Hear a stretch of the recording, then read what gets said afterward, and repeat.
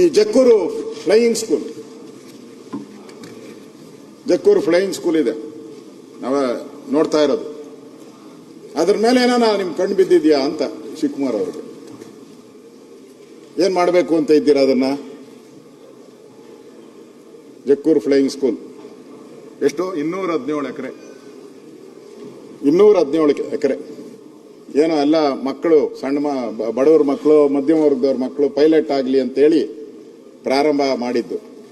ಈಗ ಅದ್ರ ಮೇಲೆ ಏನೋ ಕಣ್ಣು ಬಿದ್ದೈತೆ ಅಂತ ನನಗೆ ಪತ್ರಿಕೆ ಬಂದೈತೆ. ಅವಾಗ ಪ್ರಜಾವಾಣಿ ಒಂದು ಆರ್ಟಿಕಲ್ಲು ಬಂದ್ಬಿಟ್ಟಿದೆ, ದೊಡ್ಡ ಆರ್ಟಿಕಲ್. ಇಲ್ಲಿದೆ ಆರ್ಟಿಕಲ್,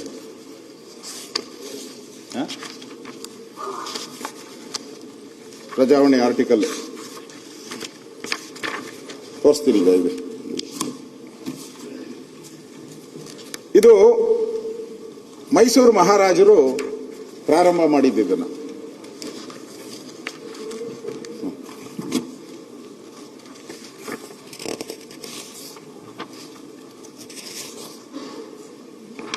ಇಲ್ಲೇ ಇದೆ ನೋಡಿ. ಜಕ್ಕೂರು ಹಸಿರು ನೆಲೆಯಾಗಿಯೇ ಇರಲಿ, ಸ್ಥಳಾಂತರಕ್ಕೆ ಜಾಗ ಅರಣ್ಯ ಇಲಾಖೆದು ಕೊಟ್ಟಿದ್ದೀರಿ. ಜಕ್ಕೂರು ಎಕ್ಸಿಕ್ಯೂಟಿವ್ ಕ್ಲಬ್ ಮಾಡಬೇಕು ಅಂತ ಅದನ್ನ ಯಾರೋ MLAಗಳಿಗೆ, MP ಗಳಿಗೆ, ಅಧಿಕಾರಿಗಳಿಗೆ ಮಾಡಬೇಕು ಅಂತ ಪ್ರಪೋಸಲ್ ಇದ್ದಿದ್ದು. ಇದು ಜಕ್ಕೂರು ಕ್ಲಬ್. ನನಗನ್ಸ್ತತೆ ಈ ಕ್ಲಬ್ನ ಇದನ್ನ ಮುಚ್ಚೋದ್ರಿಂದ ಏನಾಗುತ್ತೆ, ಆ ರಿಯಲ್ ಎಸ್ಟೇಟ್ ಮಾಫಿಯಾ ಇದೆಯಲ್ಲ, ಆ ಫ್ಲೈಯಿಂಗ್ ಟೇಕ್ ಆಫ್ ಲ್ಯಾಂಡಿಂಗ್ ಅಲ್ಲಿ ಯಾರು ಹೈರೈಸ್ ಬಿಲ್ಡಿಂಗ್ ಕಟ್ಟಂಗಿಲ್ಲ, ಹೈರೈಸ್ ಬಿಟ್ಟಂಗ್ ಕಟ್ಟಂಗಿಲ್ಲ. ಇದನ್ನೇನ ಚೇಂಜ್ ಮಾಡಿಬಿಟ್ರೆ ಅಲ್ಲಿ ಎಲ್ಲ ಆಕಾಶಕ್ಕೆ ಗಗನ ಚುಕ್ಕಿ ಬರ ಚುಕ್ಕಿ ಓದ್ತದಲ್ಲ, ಹಂಗೆ ಓದ್ತಾ ಇರ್ತೈತಲ್ಲ, ಬಿಲ್ಡಿಂಗ್ಗಳ ಮೇಲೆ ಬಿಲ್ಡಿಂಗ್, ಕೋಟ್ಯಾಂತರ ರೂಪಾಯಿ ವ್ಯವಹಾರ. ಇದು ದೇಶದ ಮೊದಲ ವೈಮಾನಿಕ ಪರಮೇಶ್ವರ್ ಅವರು, ಫಸ್ಟ್ ಇನ್ ಇಂಡಿಯಾ. ಆದರೆ ಇದನ್ನ ಪ್ರಾರಂಭ ಮಾಡಿದ್ದು ಯಾರು ಗೊತ್ತಾ? ಯಾರು? ಮಹಾರಾಜರಲ್ಲ. ಮಹಾರಾಜರಾದ್ರೆ ಕಟಕ್ ಅಂತ ಹೊಡೆದು ಕಟಕ್ ಅಂತ ಕಟ್ ಮಾಡಾಕ್ತೀರಾ ನೀವು. ಬಿಡಿ, ಮನೆ ಸಿಲ್ ಫ್ಯಾಕ್ಟ್ರಿ ಎಲ್ಲ ಮುಗಿಸಾಕಿದ್ರಿ, KRS ಡ್ಯಾಮು ಟಿಪ್ಪು ಅಂತ ಹೇಳ್ಬಿಟ್ರಿ, ಅದು ಬೇರೆ. ಮಹಾರಾಜರಲ್ಲ, ಜವಾಹರ್ಲಾಲ್ ನೆಹರು ಫಸ್ಟ್ ಒಂದು ಟ್ರೈನಿಂಗ್ ಸೆಂಟರ್ ಆಗಬೇಕು, ಪೈಲಟ್ಗಳು ನಮ್ಮ ದೇಶದಲ್ಲೂ ರೆಡಿ ಆಗಬೇಕು ಅಂತೇಳಿ ಒಟ್ಟು 377 ಎಕರೆ 2 ಗುಂಟೆ ಜಮೀನು ಜವಾಹರ್ಲಾಲ್ ನೆಹರು ಉದ್ಘಾಟನೆ ಮಾಡಿದ್ದಾರೆ. ಕಲ್ಲು ಇದೆ, ಆ ಕಲ್ಲನ್ನು ಹೊಡೆದಾಕಕ್ಕೆ ಹೋಗಬೇಡಿ, ಕಲ್ಲಿದೆ. ಈ ಭೂಮಿ 1940 ಮಹಾರಾಜರು ಕೊಟ್ಟಿದ್ರು. ಇದು ಫಾರೆಸ್ಟ್ ಲ್ಯಾಂಡ್. ಇವರೇನು ಕಬಳಿಕೆ ಮಾಡಕ್ ಹೋಗ್ತಾ ಇದಾರೋ, ಇಟ್ಸ್ ಎ ಫಾರೆಸ್ಟ್ ಲ್ಯಾಂಡ್. ಅವತ್ತು ಮಹಾರಾಜರು ಫಾರೆಸ್ಟ್ ಡಿಪಾರ್ಟ್ಮೆಂಟ್ ಅನ್ನ ಎಲ್ಲ ಕರೆದ್ಬಿಟ್ಟು ಈ ಪರ್ಪಸ್ಗೋಸ್ಕರ ಕೊಟ್ಟಿದ್ದಾರೆ. ಯಾವುದು? ಫ್ಲೈಯಿಂಗ್ ಸ್ಕೂಲ್ಗೋಸ್ಕರ ಕೊಟ್ಟಿದ್ದಾರೆ, ಡೆಸಿಗ್ನೇಟ್ ಮಾಡಿ ಕೊಟ್ಟಿದ್ದಾರೆ. ಕಾನೂನು ಗೊತ್ತಿರೋರಿಗೆ ಗೊತ್ತಿರುತ್ತೆ. ಒಂದ್ಸರಿ ಇದು ಕೊಟ್ಟಿರುವಂತ ಪರ್ಪಸ್ ಇಲ್ಲ ಅಂತ ಆದ್ರೆ ವಾಪಸ್ ಫಾರೆಸ್ಟ್ ಇಲಾಖೆಗೆ ಹೋಗ್ಬೇಕು. ಇದು ಕಾನೂನು. ಕರೆಕ್ಟಾ ರಾಯರೆಡ್ಡಿ ಅವರೇ? ಕಾನೂನು. ಇದನ್ನ ಇವತ್ತು ಜವಾಹರ್ಲಾಲ್ ನೆಹರು ಮಾಡಿದ್ದು, ಅದು ಅವತ್ತು ಆರ್ಡರ್ ಇದೆ ನೋಡಿ. ಇದೆ Karnataka government of is highness the Maharaja of Mysuru 1940 order ಎಲ್ಲ ಇದೆ, ಸೆಟಲ್ಮೆಂಟ್ ಇದು ಕಾಪಿ ಎಲ್ಲ ಇದೆ ನನ್ನ ಹತ್ರ. ಇದು ಮಹಾರಾಜರು ಕೊಟ್ಟಿರೋದು, ಏನ್ ಪರ್ಪಸ್ ಅಂತ ಎಲ್ಲ ಕೊಟ್ಟಿದ್ದಾರೆ.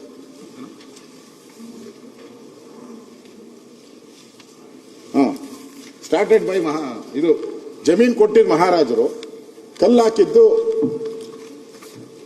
ನೆಹರು ಅವರು, ಕಲ್ ಕಿತ್ತಾಕ್ತಾ ಇರೋದು DK ಶಿವಕುಮಾರ್ ಅವರು. ನೋಡಿ, ಅವರು ಒಳ್ಳೆ ಕಾರ್ಯಕ್ಕೆ ಕೊಟ್ಟಿದ್ದಾರೆ ಇಷ್ಟು ಜಮೀನನ್ನು. ನಾನು ಹೇಳುವಂಥದ್ದು ಹೇಳ್ತೀನಿ, ಯಾಕೆ ಕಿತ್ತಾಕಿದ್ದಾರೆ ಹೇಳ್ತೀರಿ. ಇದನ್ನ ಇವತ್ತಿಗೆ 75 ವರ್ಷ ಅದಕ್ಕೆ ಹಾಕಿಲ್ಲ. ನನ್ಗೆ ಗೊತ್ತಿದೆ. ಹೌದಾ? ಅವ್ರ ಕಣ್ಣು ಹಾಕಿಲ್ಲ, ಅದನ್ನ ಏನೋ ಏನ್ ಮಾಡ್ತಾ ಇಲ್ಲ. ಅವ್ರು ಉಳಿಸ್ಬೇಕನ್ನೋದು ಅವ್ರ ವಿಚಾರ ಇದೆ. DK ಶಿವಕುಮಾರ್ದು ಹೋಗ್ಬೇಕನ್ನೋರ್ದು ಯಾರ್ದು? ಅವ್ರದ್ದು ಕಣ್ಣಿಲ್ಲ ಅಂತ ಅಷ್ಟು ಹೇಳಿದೆ. ನೋಡಿ, ಇದು ಸರಿ ಇಲ್ಲ. ಎರಡೂ ಹೇಳ್ಬೇಕು, ತಪ್ಪು ಸರಿ. ನ್ಯಾಯಸ್ಥಾನ ಅಂದ್ರೆ ಅಂತದ್ದು ನಿಮ್ದು. ಅವ್ರ ಕಣ್ಣು ಹಾಕಿಲ್ಲ ಅಂತ ಹೇಳಿದ್ರು. ತೆಗಿಬೇಕು ಅನ್ನೋರು ಯಾರು? ಯಾರು ತೆಗಿಬೇಕಂತಿಲ್ಲ. ಅವರು ಅಂತ ಹೇಳಿದೆ ನಾನು, ಡಿ ಕೆ ಶಿವಕುಮಾರ್ ಬಗ್ಗೆ ಅಷ್ಟೇ ಹೇಳಿದೆ. ಅದೇ ಉಳಿಸ್ಬೇಕು ಅಂತ ಅವ್ರು ಟ್ರೈ ಮಾಡ್ತಾವ್ರೆ, ತೊಂದರೆ ಕೊಡ್ತಾ ಇರೋರು ಯಾರು ಅಂತ ಸುರೇಶ್ ಕುಮಾರ್ ಕೇಳ್ತಾರೆ. ಅದು ನನ್ಗೆ ಗೊತ್ತಿಲ್ಲ.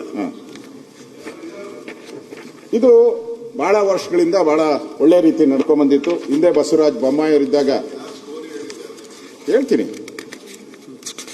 ಇದು ಮುಚ್ಚಲ್ಲ ಅಂತ ನೀವು ಇಲ್ಲ ಅಶ್ಯೂರೆನ್ಸ್ ಕೊಡಿ, ಆಮೇಲೆ ಹೇಳ್ತೀನಿ ಅದಕ್ಕೇನು. ದುಡ್ಡು ಕೊಟ್ಟವರು ಬಸವರಾಜ ಬೊಮ್ಮಾಯಿ ಅವರಿದ್ದಾಗ ದುಡ್ಡು ಕೊಟ್ಟಿದ್ದಾರೆ. ನೀವು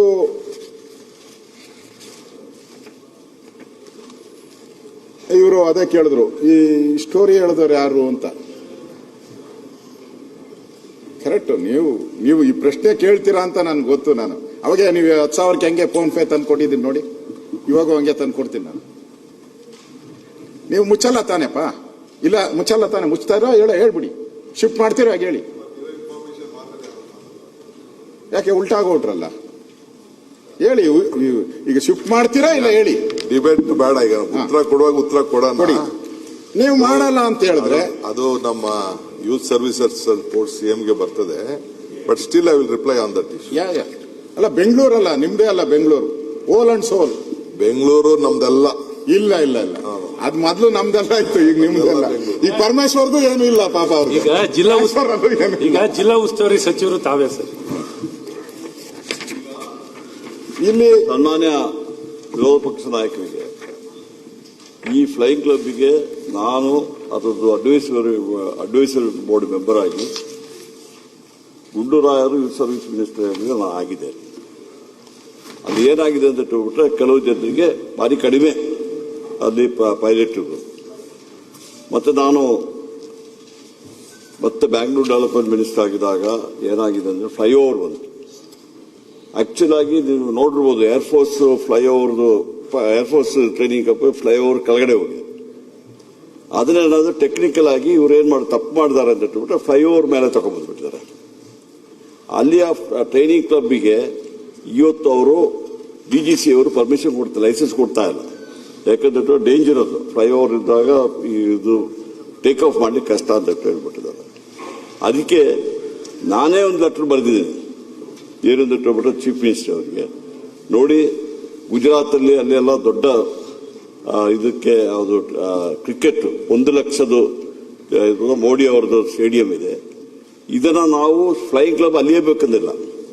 ಫ್ಲೈಯಿಂಗ್ ಕ್ಲಬ್ ಈಗ ಹಾಸನದಲ್ಲಿ ಮಾಡಬಹುದು, ಶಿವಮೊಗ್ಗದಲ್ಲಿ ಮಾಡಬಹುದು, ಮೈಸೂರಲ್ಲಿ ಮಾಡಬಹುದು, ಬೇರೆ ಬೇರೆ ಕಡೆಯಲ್ಲಿ ಸಮೇತ ಫ್ಲೈಯಿಂಗ್ ಕ್ಲಬ್. ಅಲ್ಲಿ ಇರೋದು 25-30 ಜನ ಪೈಲಟ್ ಟ್ರೈನಿಂಗ್ಸ್ ಇರ್ತಾರೆ, ಅಥವಾ ಸ್ವಲ್ಪ ಜಾಸ್ತಿ ಇರಬಹುದು. ನಾವು ಅಲ್ಲಿ ಏನು ಮಾಡಬಹುದು ಅಂತ ಹೇಳ್ಬಿಟ್ರೆ ದೊಡ್ಡ ದೊಡ್ಡ ಒಂದು ಸ್ಪೋರ್ಟ್ಸ್ ಕಾಂಪ್ಲೆಕ್ಸ್, ಬರೀ ಕ್ರಿಕೆಟ್ ಅಲ್ಲ, ಎಲ್ಲದಕ್ಕೂ ಒಂದು ಮಾಡಿ ಅಂತ ಹೇಳ್ಬಿಟ್ಟು ನಾನು ಒಂದು ಲೆಟರ್ ಬರೆದಿದ್ದೆ, ಇದು ಮಾಡಬಹುದು ಅಂದ್ಬಿಟ್ಟು. ಅದರಲ್ಲಿ ಏನಾಯ್ತು, ಕ್ಯಾಬಿನೆಟ್ ಬರುವಾಗ ಯಾವುದೇ ನಿರ್ಧಾರ ತಗೊಳ್ಳಿಲ್ಲ. ಇದೊಂದು ನಂತರ ಈ ಪೇಪರ್ಲೆಲ್ಲ ಬಂದಿದ್ದು ಹೈ ರೈಸ್ ಬಿಲ್ಡಿಂಗ್ ಬರ್ತದೆ ಅಂದ್ಬಿಟ್ಟು.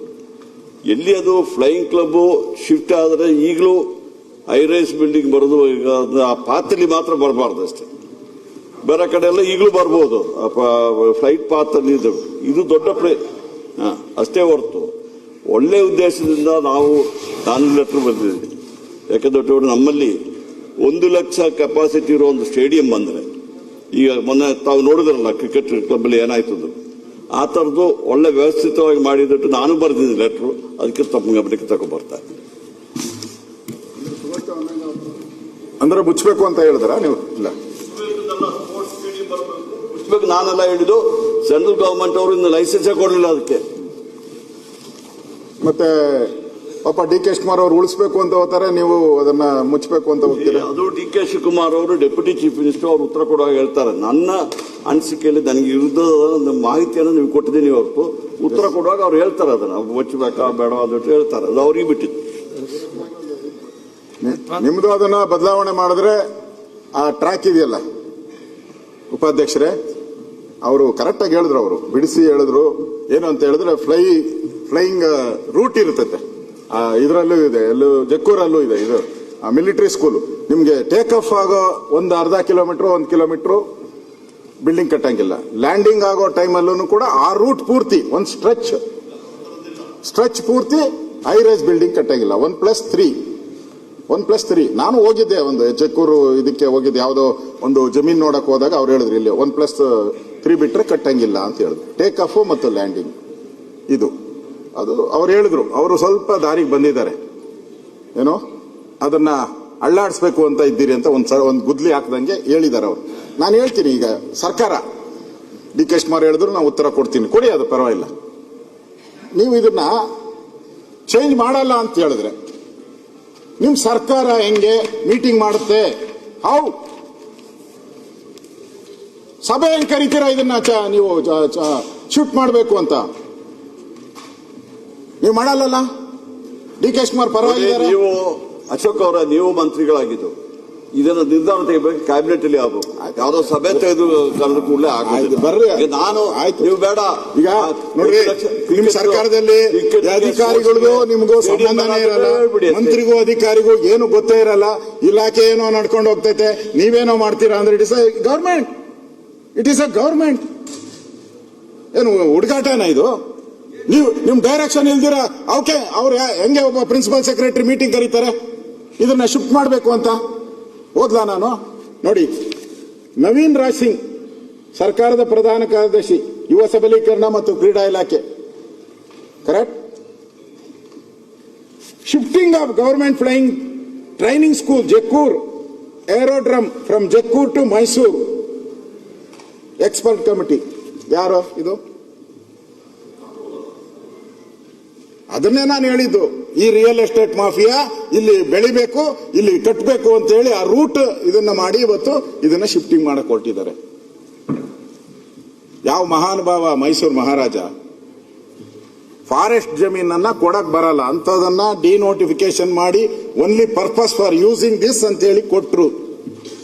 ಅವತ್ತಿನ ನಮ್ಮ ಪ್ರಧಾನಮಂತ್ರಿ ಜವಾಹರ್ಲಾಲ್ ನೆಹರು ಅವರು ಸ್ಟೋನ್ ಹಾಕಿದ್ರು, ಆ ಸ್ಟೋನ್ಗೂ ಕಲ್ಲು ಹಾಕ್ಬಿಟ್ರಿ ಇವತ್ತು. ನೋಡಿ, ಅವ್ರು ಬರೀತಾರೆ ಹೆಂಗೆ ಅಂತಂದ್ರೆ, in this regard the expert committee meeting being convened under the my chairmanship greatness to be scheduled on 3rd December 2025 at 11 a.m. in room number 246, second floor, second gate, MS building, Bengaluru 1. ಇಲ್ಲ, ನವೀನ್ ರಾಜ್ ಸಿಂಗ್ ಅಶೋಕ್ ಅವರೇ, ಇವರು ಅಶೋಕ್ ಅವರು ಬಿಡಿ, ನಿಮ್ಮ ಇಲಾಖೆ ಇಲಾಖೆ ಅಲ್ಲ, ಸ್ವಲ್ಪ ನಿಮಗೆ ಹೇಳ್ತೀನಿ. ಇವತ್ತು ಫ್ಲೈಯಿಂಗ್ ಕ್ಲಬ್ ಶಿಫ್ಟ್ ಮಾಡಿದ್ರು ಸಮೇತ ನಮ್ಮ CDP ಬರ್ತಾ ಇದೆ. ಆ CDP ಬರುವಲ್ಲಿ ಆ ಪಾತ್ರಲ್ಲಿ ಐವರೈಸ್ ಬಿಲ್ಡಿಂಗ್ ಮಾಡಬಾರ್ದು ಅಂತ ನಾವು ಬೇಕಾದ್ರೆ ಕಂಡೀಷನ್ ಹಾಕ್ಬೋದು. ನಾನು ಹೇಳ್ತಾ ಇರೋದು ಫ್ಲೈಯಿಂಗ್ ಕ್ಲಬ್ 25-30 ಜನ 40 ಜನ ಸ್ಟೂಡೆಂಟ್ಸ್ ಇರ್ತಾರೆ, ಅವರಿಗೆ ರೆಸಿಡೆನ್ಷಿಯಲ್ ಅಕಾಮಿಡೇಷನ್ ಮಾಡಿಕೊಟ್ರೆ ಬೇರೆ ಕಡೆ ಮಾಡಬಹುದು. ನಮ್ಮ ಬೆಂಗಳೂರು ನಗರಕ್ಕೆ ಒಂದು ದೊಡ್ಡ ಸ್ಟೇಡಿಯಂ ಬೇಕಾಗಿದೆ. ಬರೀ ಇದಕ್ಕೆ ಮಾತ್ರ ಅಲ್ಲ, ಕ್ರಿಕೆಟ್ಗೆ ಮಾತ್ರ ಅಲ್ಲ, ಫುಟ್ಬಾಲ್ ಒಂದು ಸ್ಪೋರ್ಟ್ಸ್ ಕಾಂಪ್ಲೆಕ್ಸ್ ಮಾಡಲಿಕ್ಕೆ ಅದು ಸೂಕ್ತ ಜಾಗ. ನನ್ನ ವೈಯಕ್ತಿಕ ಅನಿಸಿಕೆ ಹೇಳಿದ್ದೀನಿ. ಅದರ ತೀರ್ಮಾನ ತೆಗಿಬೇಕಾದ್ರೆ ಕ್ಯಾಬಿನೆಟ್ ತಗೋಬೇಕಾಗ್ತದೆ, ನಾನಲ್ಲ ಹೇಳೋದಕ್ಕೆ. ಅದಕ್ಕೆ ನಿಮ್ಮದೇನು ಅದು ಬೇಡವಾ? ಇಲ್ಲ ಸರ್, ಈಗ ಅಶೋಕ್ ಅವರು ಮಾತಾಡ್ತಾ ಇರುವಾಗ ಮತ್ತೆ ಮತ್ತೆ ಮತ್ತೆ ಎದ್ದು ನಿಂತ್ಕೊಂಡ್ರೆ ಅವ್ರು ಇದು ಕುಂಬಳಕಾಯಿ ಅಂತ ಹೇಳ್ತಾ ಇದ್ದಾರೆ. ಕದ್ದಿಲ್ಲ ಇನ್ನ, ಬರೀ ಕುಂಬಳಕಾಯಿ ಅಷ್ಟೇ ಹೇಳ್ತಾ ಇರೋದು. ಯಾಕೆ? ಅವ್ರ ಖಾತೆ ಅಲ್ಲ, ಅವರು ಬೆಂಗಳೂರು ಅಭಿವೃದ್ಧಿ ಸಚಿವರಲ್ಲ, ಅವ್ರ ಯೋಜನಾ ಖಾತೆ ಅವ್ರದಲ್ಲ, ಯಾಕೆ ಮತ್ತೆ ಎದ್ದು ನಿಂತ್ಕೊಳ್ತಾರೆ? ಮೋಸ್ಟ್ಲಿ ಅಲ್ಲಿ ಪ್ರಾಜೆಕ್ಟ್ ಇರಬೇಕು. ನೀವು ಎದ್ದೆದ್ದು ಮಾತಾಡ್ತಿದ್ರಲ್ಲ ಯಾವಾಗಲೂ. ಅದನ್ನು ಹೇಳಿದ ಮೇಲೆ ಅವರು ಯಾವಾಗ ಏನ್ ಹೇಳ್ತಾರೆ, ಇದು ಬಿಲ್ಡರ್ಸ್ಗೆ ಅನುಕೂಲ ಮಾಡ್ಲಿಕ್ಕೆ ಮಾಡ್ತಾರೆ ಅಂತ ಹೇಳೋದಕ್ಕೆ ಆ ತರ ಇದ್ಬಿಟ್ರೆ CDP ನಲ್ಲಿ DCM ಅವರೇ ಅದರದ್ದು ಮಿನಿಸ್ಟರ್ ಇದ್ದಾರೆ.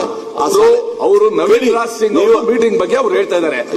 ಯಾಕೆ ಅಡ್ವೊಕೇಟ್ ಆಗ್ತೀರಾ ಅವ್ರಿಗೆ? ನಾನು ಸುರೇಶ್ ಕುಮಾರ್ ಅವರೇ, ನಮ್ಮ ಇಲಾಖೆಗಳಲ್ಲಿ ಸಾಕಷ್ಟು ಮೀಟಿಂಗ್ ನಡೀತದೆ. ಅದನ್ನ ಡಿಸಿಷನ್ ತೆಗಿಬೇಕಾಗಿದ್ದು ಕ್ಯಾಬಿನೆಟ್ ತಗೋಬೇಕಾಗಿತ್ತು. ನೀವು ಮಂತ್ರಿ ಆಗಿದ್ದು, ಮಿನಿಸ್ಟರ್. ಹೌದು, ಸುಮ್ಮನೆ ಎದ್ದು ನಿಂತ್ಕೋಬಾರ್ದು. ಅಲ್ಲ, ಅದಿಲ್ಲ, ಎಲ್ಲ ಹೇಳೋದಕ್ಕೆ ಸ್ವಲ್ಪ ಇನ್ಪುಟ್ ಕೊಡೋದಕ್ಕೆ ನಾನು ಮಾಡಿದೆ, ಸ್ವಲ್ಪ ಅವ್ರಿಗೆ ಸಹಾಯ ಮಾಡಲಿಕ್ಕೆ ನಿಂತಿದ್ದೀನಿ. ಸನ್ಮಾನ್ಯ ಅಧ್ಯಕ್ಷ, ಈಗ ಆಯ್ತು, ಜಾರ್ಜ್ ಅವ್ರು ಬಿಟ್ಬಿಡಿ. ಅವರು ಏನೋ ಡಿ ಕೆ ಶಿವಕುಮಾರ್ ಅವರು ಉಳಿಸ್ತೀನಿ ಅಂತಾರೆ, ನೋಡೋಣ, ಅವ್ರ ಹತ್ರ ನಾನು ಮಾತಾಡ್ತೀನಿ. ನೀವು ಉಳಿಸ್ತೀನಿ ಅನ್ನೋರು ಸ್ವಲ್ಪ ಅಳಿಸೋರ್ನೆಲ್ಲ ಸೈಡ್ಗೆ ಇಕ್ತೀನಿ, ಉಳಿಸೋರ್ನೆಲ್ಲ ಮಾತಾಡೋಣ, ಬಗ್ಗೆ ಉಳಿಸೋರ್ ಬಗ್ಗೆ ಮಾತಾಡೋಣ ನಾವು. ಸನ್ಮಾನ್ಯ ಅಧ್ಯಕ್ಷರೇ, ಇದೇನಲ್ಲ ಇವ್ರದ್ದು. ಈಗ ಜಾರ್ಜ್ ಅವರಾಗ್ಲಿ ಇನ್ನೊಬ್ರದ್ದು ಇದೇನು ಫಸ್ಟ್ ಏನಲ್ಲ. ಹಿಂದೆ ನಿಮ್ ಸರ್ಕಾರ ಇದ್ದಾಗ, ಹಿಂದೆ ಇದ್ದಾಗ ಇದನ್ನ ಎಕ್ಸಿಕ್ಯೂಟಿವ್ ಕ್ಲಬ್ ಮಾಡಬೇಕು ಅಂತ ಆದೇಶ ಮಾಡಿದ್ರು. ದಾಖಲೆ ಬೇಕು ಅಂದ್ರೆ ಕೊಡ್ತೀನಿ, ಅದನ್ನು ಆರ್ಡರ್ ಬೇಕಾ ಕೊಡ್ತೀನಿ. ಎಕ್ಸಿಕ್ಯೂಟಿವ್ ಕ್ಲಬ್ ಯಾರಿಗೆ? ಅಧಿಕಾರಿಗಳಿಗೆ, MLAಗಳಿಗೆ, ಬೇರೆ ಬೇರೆ ದೊಡ್ಡ ದೊಡ್ಡ ವ್ಯಕ್ತಿಗಳಿಗೆ ಅದೊಂದು ಎಕ್ಸಿಕ್ಯೂಟಿವ್ ಕ್ಲಬ್ ಮಾಡಬೇಕು ಅಂತ ಮಾಡಿದ್ರು. ಹೆಸರಷ್ಟೇ. ಅದರಲ್ಲಿ ಎಕ್ಸಿಕ್ಯೂಟಿವ್ ಕ್ಲಬ್ ಸ್ಥಾಪನೆಗೆ ಬಂದಿತ್ತು. ಅದಾದ್ಮೇಲೆ ನಮ್ಮ ಸರ್ಕಾರ ಬಂತು. ನಾವು ಅದನ್ನ ಬೊಮ್ಮಾಯಿ ಅವರಿದ್ದಾಗ ನಾನು ಅದನ್ನು ಕ್ಯಾನ್ಸಲ್ ಮಾಡಿಸ್ಬಿಟ್ರಿ. ನಾವು ಮಾಡಬಾರ್ದು ಅಂತ ಹೇಳಿಬಿಟ್ಟು ಅದನ್ನ ಕ್ಯಾನ್ಸಲ್ ಮಾಡಿದ್ರೆ ಎಕ್ಸಿಕ್ಯೂಟಿವ್ ಕ್ಲಬ್ನ. ಈಗ ನಮ್ಮ ಜಾರ್ಜ್ ಅವ್ರು ಬೇಡ, ಅವ್ರ ಹೆಸರು ಹೇಳಲ್ಲ, ನಿಮ್ಮ ಇದು ಹೇಳ್ತೀನಿ ಸರ್. ಇದ್ರ ಬಗ್ಗೆ ಈ ಕ್ಲಬ್ ಮಾಡಿದ್ರಲ್ಲ ನೀವು, ಈ ಕ್ಲಬ್ ಮಾಡಿದ ಬಗ್ಗೆ ಮತ್ತೆ ಇಲ್ಲಿ ಆಗ್ತಾ ಇರೋ ಅನ್ಯಾಯದ ಬಗ್ಗೆ, ಇಲ್ಲಿ ಯಾವ ಒಂದು ಜಕ್ಕೂರು ಏರೋಡ್ರಮ್ ಉಳಿಬೇಕು, ದೇಶದ ಮೊದಲ ವೈಮಾನಿಕ ಟ್ರೈನಿಂಗ್ ಸೆಂಟರ್ ನೆಹರು ಅವರು ಫ್ಲೈಯಿಂಗ್ ಕ್ಲಬ್ ನೆಹರು ಅವರು ಓಪನ್ ಮಾಡಿದ್ದು, ಮಹಾರಾಜರು ಕೊಟ್ಟಿದ್ದು, ಇದೊಂದು ಮಾನ್ಯುಮೆಂಟ್ ಅಂತ ನಾವು ತೀರ್ಮಾನ ಮಾಡಬೇಕು. ಇದೇನೋ ಒಂದು ಕಟ್ಟಡ ಅಲ್ಲ, ಏನೋ ಒಂದು ಬಾಂಧವ್ಯ ಇರುವಂತದ್ದು ಅಂತೇಳಿ ಉಳಿಸ್ಬೇಕು ಅಂತೇಳಿ ಇರೋದು. ಅದಕ್ಕೆ ನಮ್ಮ ಪ್ರಿಯಾಂಕ್ ಇದಾರಲ್ಲ, ಅವ್ರ ಪಕ್ಕ ಒಂದು ಸೀಟ್ ಇದೆ, ಪ್ರಿಯಾಂಕಾ ಪಕ್ಕ ಒಂದು ಸೀಟ್ ಇದೆ. ಅವ್ರೇನು ಹೇಳ್ತಾರೆ ಅಂತ ನೀವೇನೋ ಹೇಳ್ಬಿಟ್ರಿ, ಅವರೇನೋ ಹೇಳ್ಬಿಟ್ರಿ. ಅವರು ಇಲ್ಲಿದ್ದಾಗ ಈ ಸೀಟಲ್ಲಿ ಕೂತಿದ್ರು, ಅವರು ಅಲ್ಲಿದ್ದಾಗ ಇದ್ರ ಬಗ್ಗೆ ಕಾಂಗ್ರೆಸ್ಸಿನ ಅಭಿಪ್ರಾಯ ನಾನು ಹೇಳ್ತಾರೆ. ಆಸ್ ಎ ಕಾಂಗ್ರೆಸ್ ಮ್ಯಾನ್ ಅವತ್ತು ಕಾಂಗ್ರೆಸ್ ಅವತ್ತು ಹೇಳ್ತಾರೆ. ಮೈಸೂರು ಅವರು ನಿಯಮ 73 ಅಡಿ ಪ್ರಸ್ತಾವಿಸುವ, ಗಮನ ಸೆಳೆಯುವ ಸೂಚನೆ ಆನ್ ರೆಕಾರ್ಡ್. ಈ ರೆಕಾರ್ಡ್ ಅಲ್ಲಿ ಇದೆ ನೋಡಿ, ಇಲ್ಲಿದೆ ನನ್ನ ಹತ್ರ ರೆಕಾರ್ಡ್ ಎಲ್ಲ ತಗೊಂಡಿದ್ದೀನಿ.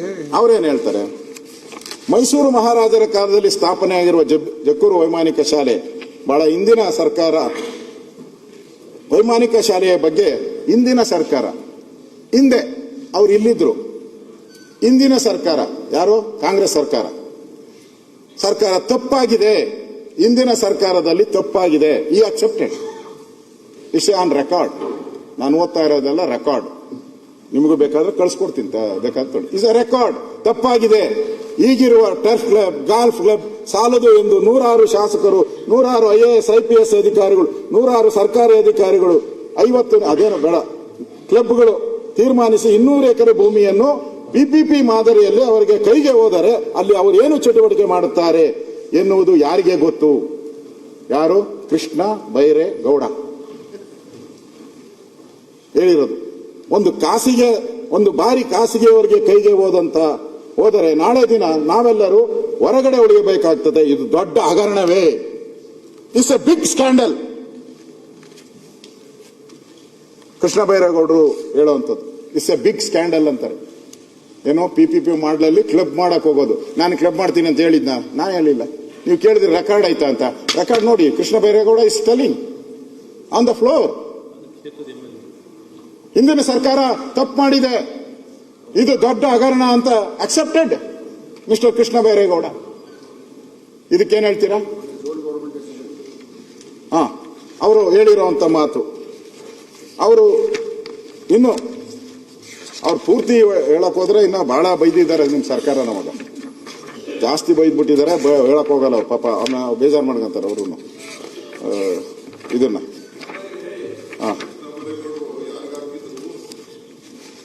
ಮಂತ್ರಿ ನಾರಾಯಣಗೌಡರು ಹೇಳಿದಲ್ಲ, ನಾರಾಯಣಗೌಡರು ಹೇಳ್ತೀನಿ. ಇದು ರೆಕಾರ್ಡ್ ಅಲ್ಲಿ ಇರೋದು. ಅದರಲ್ಲಿ ಏನೈತೆ? Copy ಕೊಡ್ರಪ್ಪ, copy ಕೊಡ್ರ. ನಾರಾಯಣಗೌಡರು ಇದು. ಅದರಿಂದ ಇಲ್ಲಿ ಅವರು ಹೇಳ್ಬೇಕಾದ್ರೆ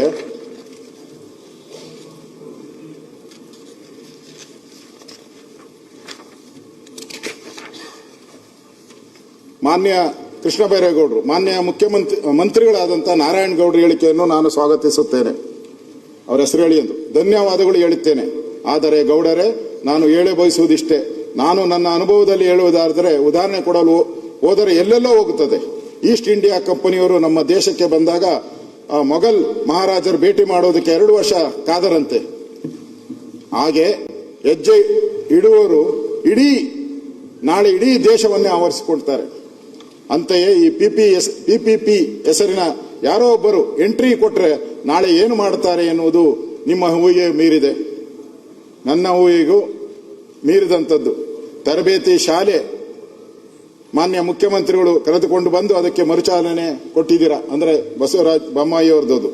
ಅದರಿಂದ ಅವ್ರು ಹೇಳಿರೋದು ಕೃಷ್ಣ ಬೈರೇಗೌಡರು ಹೇಳಿರೋದು ನಮ್ಮ ಸರ್ಕಾರ ತಪ್ಪು ಮಾಡಿದೆ, ಇದನ್ನ ಮುಚ್ಚಬೇಡಿ, ಇದು ಮಹಾರಾಜರು ಕೊಟ್ಟಿದ್ದಾರೆ, ಇದನ್ನ ಒಂದು ಬಾಂಧವ್ಯದ ರೀತಿ ನಾವು ಉಳಿಸ್ಕೊಬೇಕು, ಇಲ್ಲಿ ಇನ್ನಷ್ಟು ಟ್ರೈನಿಂಗ್ ಕೊಡುವಂಥದ್ದಕ್ಕೆ ಅವಕಾಶ ಆಗಬೇಕು ಅನ್ನೋದು ಕೃಷ್ಣ ಬೈರೇಗೌಡರು ಹೇಳಿರೋದು. ಮಿಸ್ಟರ್ ಕೃಷ್ಣ ಬೈರೇಗೌಡರು ಏನ್ ಹೇಳ್ತಾರೆ ಇದಕ್ಕೆ? ಇವಾಗ ಕ್ಷೇತ್ರದ ಶಾಸಕರು, ಅವರೇ ಶಾಸಕರು, ಈಗ ಹೇಳ್ಬೇಕಲ್ಲ, ಮೌನ ಮುರಿಬೇಕು ಕೃಷ್ಣ ಬೈರೇಗೌಡರು. ಏನು ಇಲ್ಲ ಅಂತ ಹೇಳಿದ್ರೆ ನಾನು ದಾಖಲೆಗಳು ಕೊಟ್ಟಿದ್ದೀನಿ. ಈಗ ಅಧಿಕಾರಿ ಮೀಟಿಂಗ್ ಕರೆದು ಶಿಫ್ಟಿಂಗ್ ಮಾಡಕ್ಕೆಲ್ಲ ದಾಖಲೆಗಳು ಕೊಟ್ಟಿದ್ದೀನಿ. ಆಮೇಲೆ ಹೇಳ್ತಾರೆ ನಾನು ಧನ್ಯವಾದ ಸಲ್ಲಿಸ್ತೀನಿ ಈ ಸರ್ಕಾರಕ್ಕೆ ಅಂತ. ಅದಕ್ಕೆ ನಾನು ಧನ್ಯವಾದ ಸಲ್ಲಿಸುತ್ತೇನೆ.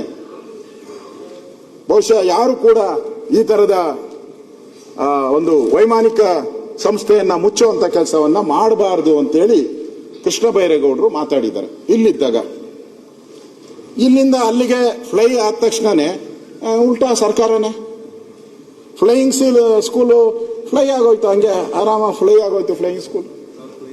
ಇವ್ರು ಫ್ಲೈ ಆಗ್ತಾ ಇದ್ದಂಗೆ ಫ್ಲೈಯಿಂಗ್ ಸ್ಕೂಲ್ ಫ್ಲೈ ಆಗೋಯ್ತು. ಅಧ್ಯಕ್ಷರೇ, ಇದು ಬೆಂಗಳೂರು, ನಾವು ಡೆಲ್ಲಿ ನೋಡ್ತಾ ಇದ್ದೀರಿ, ಹೋಗ್ತೀರಿ, ಇರಕ್ಕಾಗಲ್ಲ ಅಲ್ಲಿ ಡೆಲ್ಲಿಯಲ್ಲಿ.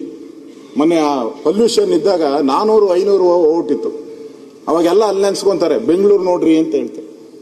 ನೀವು ಹಿಂಗೆ ಕಬಳಿಕೆ ಮಾಡಿದ್ರೆ ಅವ್ರೇನೋ ಕ್ರೀಡಾ ಸಂಕೀರ್ಣ ಅಂತ. ಏನ್ ಕ್ರೀಡಾ ಸಂಕೀರ್ಣ? ಕಟ್ಟಿ ಬೇರೆ ಕಡೆ, ನಿಮ್ಗೆ ಬೇರೆ ದಾರಿ ಇಲ್ವಾ? ಕಟ್ಟಕ್ಕೆ ನಿಮ್ಮ ಹತ್ರ ಜಾಗ ಇಲ್ವಾ? ಕಟ್ಟಕ್ಕೆ ನಿಮ್ಮ ಹತ್ರ ಜಾಗ ಇಲ್ವಾ? 1000 ಎಕರೆ ತಗೊಂಡು ಕಟ್ಟಿ, ನೀವು ಬೇಡ ಅಂತ ಹೇಳಿದವ್ರು ಯಾರು? ಇದನ್ನೇ ಮುಳುಗಿಸ್ಬೇಕು ಅಂತ ಯಾಕೆ ಹೊರಟಿದ್ದೀರಾ? ಇದನ್ನೇ ಮುಳುಗಿಸ್ಬೇಕು ಅಂತ ಯಾಕೆ ಹೊರಟಿದ್ದೀರಾ? ಅಲ್ಲಿ ಮಾಡಿದ್ರೆ ಅದೇ ರಿಯಲ್ ಎಸ್ಟೇಟ್ ಮಾಫಿಯಾ ಯಾರೋ ಬಿಲ್ಡಿಂಗ್ ರೈಸ್ ಮಾಡ್ತಾರ, ಆ ಟ್ರ್ಯಾಕ್ ಅಲ್ಲಿ ಏನೇನ್ ಬರ್ತೋ ಎಲ್ಲ ದುಡ್ಡು ಮಾಡ್ಕೊಂಡು ಹೋಗ್ತಾರೆ.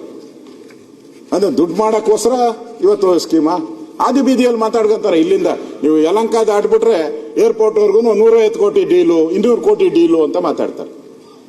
ಜನ ಮಾತಾಡ್ತಾರೆ, ತಪ್ಪೋ ಸುಳ್ಳು ಅದು ಬೇರೆ.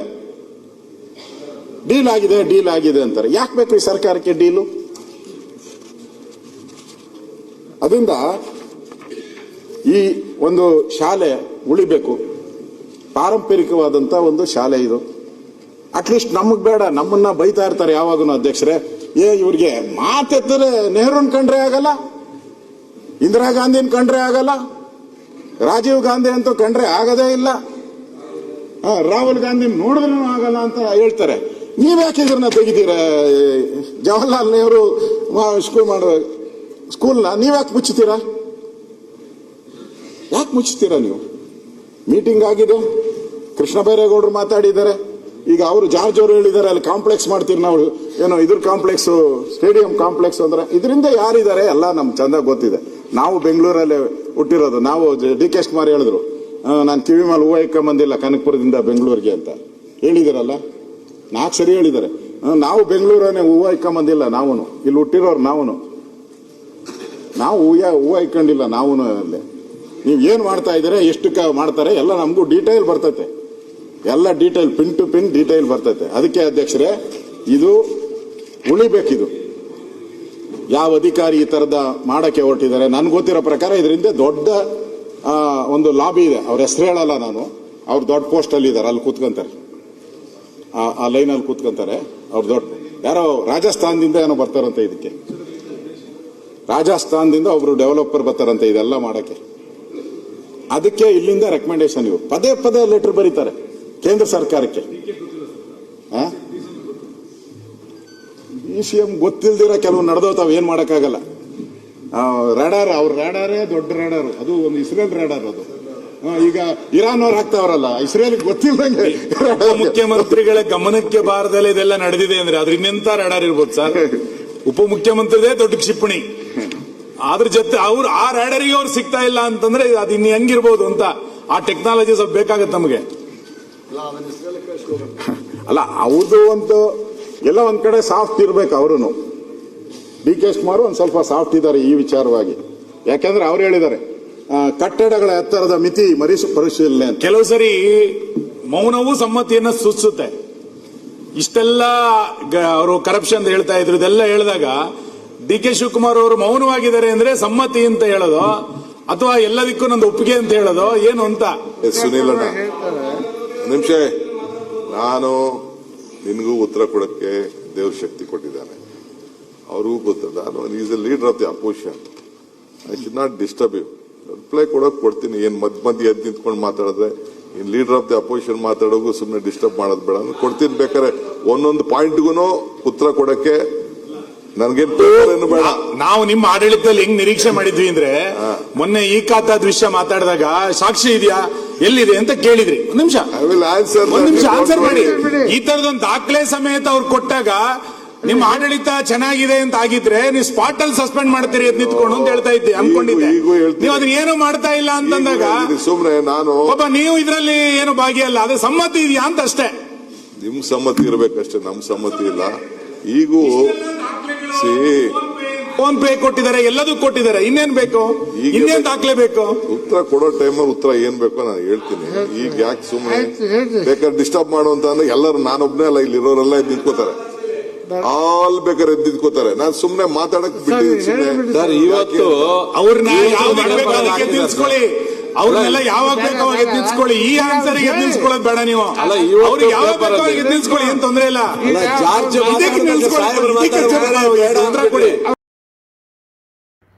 ರಾಜಧಾರಿ ಟಿವಿ, ಅಡೆತಡೆ ಇಲ್ಲದ ಪ್ರಜಾದಾರಿ.